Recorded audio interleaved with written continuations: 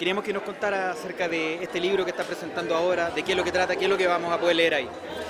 Mira, nosotros fuimos la generación que yo la llamo la voz de los 70, que somos los jóvenes desde el golpe en adelante, o en la década de los 70, y que tuvimos que enfrentar en los inicios a la dictadura, y ahí surgió la estrategia de una resistencia cultural, de una lucha cultural. Porque no se podían juntar dos personas en la calle, no nos podíamos juntar en las universidades, tú tenías miedo que el de al lado fuera un soplón. Entonces te demorabas mucho en confiar en alguien que conociste antes, y nosotros dijimos, ya, ¿cómo no nos van a dejar tocar guitarra? ¿Cómo no nos van a dejar hacer poesía? Y así fuimos creando un movimiento de resistencia cultural muy fuerte a lo largo de todos los años 70, y que es la base que permite salir a la calle en los 80 para continuar la lucha contra la dictadura.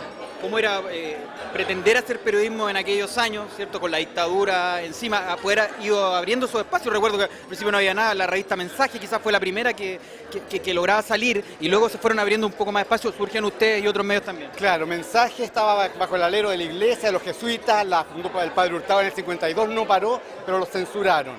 Después está la revista Hermanas, APSI, Análisis, Boletín Solidaridad, y la dictadura permitió el 78 la fundación de nuevas publicaciones, antes no lo permitió. Y ahí yo me acuerdo yendo a Dinaco, a la elección, a pedir permiso para tener una revista legal, con todo el miedo que podía representar eso, y finalmente lo paradójico es que fue solo un trámite burocrático. Me dijeron sí, pero mándenos cada ejemplar para nosotros censurarlo. Y después nosotros se los mandamos un tiempo, y después se pasó al concepto de autocensura, donde nosotros medíamos qué nos atrevíamos y qué no nos atrevíamos a decir, cuánto iban a tolerar sin reprimir, cuánto no iban a tolerar. Y ese fue el modo en que funcionamos en los años 70 y 80.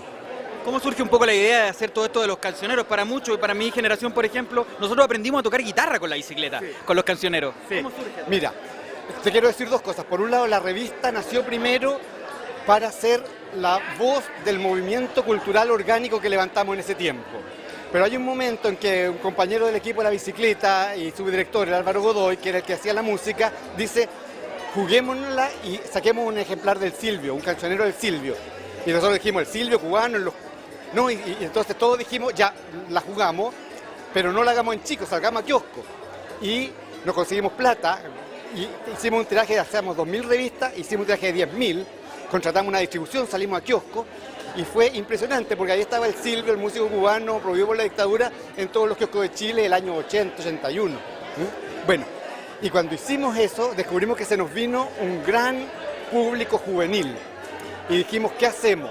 ¿Volvemos a hacer una revista cultural para el mundo cultural orgánico Y no, dijimos, dediquémonos a conversar, a influenciar a la nueva generación, y las generaciones jóvenes siempre han estado vinculadas a una cierta corriente musical. Todas las revistas juveniles en Chile han estado vinculadas, entonces nosotros nos quedamos con la música del canto nuevo, del canto latinoamericano, de la nueva canción chilena, y esa fue la base para crear una revista juvenil. Los que querían una revista cultural nos odiaron, los traicionamos a ellos, pero nosotros consideramos más importante, porque si no, imagínate, sin la bicicleta no hay ningún medio de comunicación para los jóvenes en los años 80. Perfecto. La última pregunta es que lo que conversábamos recién, paradójicamente, en esa época queda la percepción todavía de que existían más posibilidades quizás de expresarse comunicacionalmente para hacer periodismo. ¿Cuál es tu opinión de lo que ha pasado con toda esta suerte de cerco comunicacional que todavía vivimos a 23 años de esta democracia, entre comillas? Claro, ahí bueno, hay una historia conocida, que es que al parecer los que primero hacen la concertación tras el plebiscito, el gobierno de Elwin, etcétera, piensan que es mejor no tener una sociedad movilizada, y entonces no intentan que existan revistas culturales para que no movilicen a la sociedad. Y eso ya es historia y se puede juzgar, pero eso existió. Y ahora es cada vez más difícil porque un medio grande requiere capitales enormes. Pero por otro lado, hoy hay una multitud de grupos que se expresan a través de nuevas tecnologías.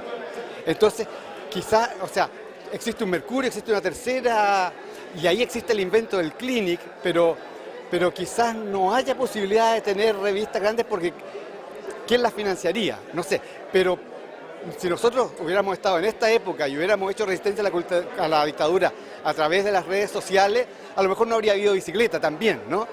Entonces a lo mejor ahora múltiples expresiones independientes van agregando una sumatoria de público, tal como nosotros construimos un público o un movimiento cultural contra la dictadura.